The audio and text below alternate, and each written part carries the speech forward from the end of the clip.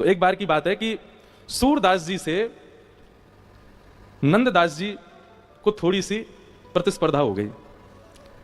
सूरदास जी के प्रति उनका भाव आया कि भाई नंददास जी के प्रति सूरदास जी के मन में, और ये प्रतिस्पर्धा नहीं हुई थी, केवल ठाकुर जी की लीला को प्रकट करने के लिए एक छोटी सी लीला हुई कि सूरदास जी बोले, हे नंददास, तुम जितने भी पद गाते हो ना, ये सब हमारी छाप के ही है, मतलब हम पहले लिख चुके हैं ऐसे पद, उन्हीं को सुन के तुम दो चार शब्द इधर उधर करके अपने बना देते हो। तो नंददास जी बोले, प्रभु आप हमसे बहुत सीनियर हैं, हमसे बड़े हैं, आप ऐसा तो भाव मत कहिए, हमको जो लीला दिखती है हम वैसे पद गाते हैं। तो सूरदास जी ने उनको चैलेंज किया कि तुम कोई ऐसा पद लिख करके दिखाओ जिस पद पर हम कुछ ना टीका टिप्पणी कर सकें, तो हम मानेंगे कि तुम हमसे भी श्रेष्ठ कवि हो। तो नंददास जी बोले, देखिए हमें आपसे श्रेष्ठ कवि बनने की कोई इच्छा नहीं है, हम आपसे श्रेष्ठ बनना नहीं चाहते हैं, पर हां ठाकुर जी की भक्ति की बात है तो हम इस कंपटीशन में भाग तो लेंगे। हमें जीतना नहीं है आपसे, लेकिन हां लिखूंगा कुछ, क्योंकि आपके मन में जो भाव है कि हम कहीं आपकी नकल करते हैं, आपकी छाप लेके गा देते हैं, उस पर थोड़ा सा भाव तो रखूंगा। तो अब ये कह तो आए, और जैसे लौट करके अपने घर आए तो बड़े परेशान हो गए। ठाकुर जी से कहने लगे, ठाकुर जी मैं कह तो आया हूं, लेकिन सूरदास जी से अच्छा तो कोई लिख ही नहीं सकता।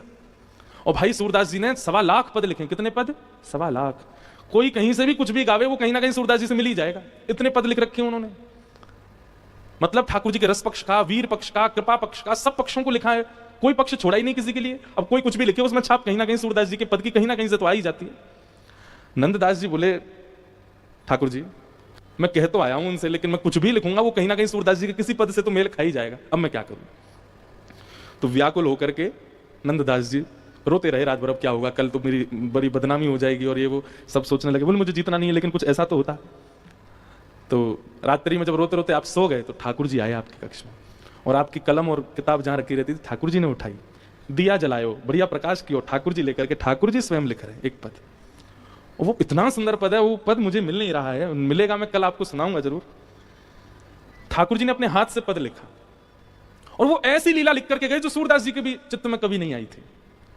ठाकुर जी की गौचारण लीला है, और गौचारण लीला में एक ऐसा भाव था जो सूरदास जी ने भी नहीं सोचा। अब ठाकुर जी रात भर बैठे लिख करके, और उस पद को नंददास जी की छाप, अंत में नंददास जी का नाम लिख दिया, और लिख करके ठाकुर जी प्रेम से उसको पधरा के चले गए। और सुबह नंददास जी उठे, बोले मैं क्या भाग जाता हूँ ब्रज छोड़ के, क्योंकि रहूंगा तो वो आ जाएंगे मुझसे पूछने, हाँ भाई क्या लिखा तुमने। तो सब सामान समेटने लगे, वो किताब जिसमें पद लिखते थे वो उठाई, तो कलम बीच में रखी थी, जैसे ही खोल करके देखा तो एक नवीन रचना, और